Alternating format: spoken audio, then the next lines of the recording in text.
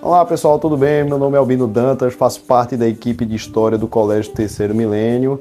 Eu queria bater um papo com vocês sobre um assunto que vez por outra aparece no Enem, mas que, como a gente vê no começo do ano, junto com teoria de história, acaba ficando um pouquinho esquecido, que é o assunto de patrimônio cultural. Albino, patrimônio é uma coisa importante? É sim, né?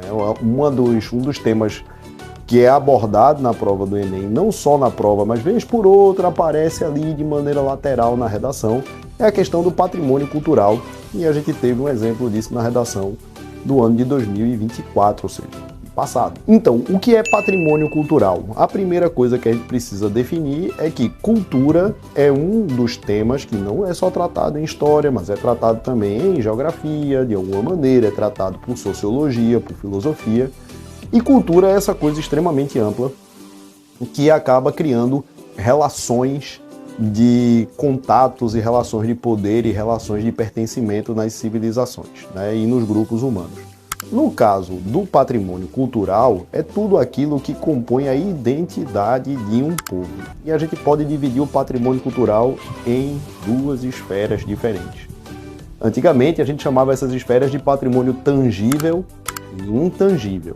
O patrimônio tangível era aquele que poderia ser tocado, pegado, né? O patrimônio intangível era aquele que não poderia ser tocado. Hoje a gente defende a ideia do patrimônio cultural material e imaterial. Como é que isso pode aparecer no Enem? A gente pode ver uma questão envolvendo, por exemplo, a época Vargas, né?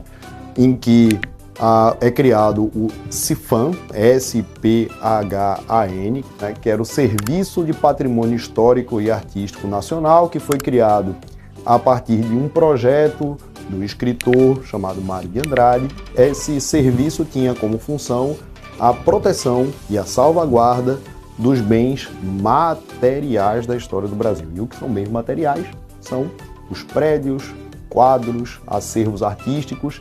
Naquele momento, o Brasil estava procurando por uma cultura, por uma identidade nacional. Só lembrar, Semana de Arte Moderna de 22, Movimento Verde e Amarelo, a gente pode encontrar várias raízes em história e literatura. Uma outra forma que pode aparecer e que normalmente aparece é quando se fala sobre o patrimônio cultural imaterial, ou seja, aquele que compõe as manifestações culturais como dança, formas de viver, formas de saber e formas de celebrar o mundo.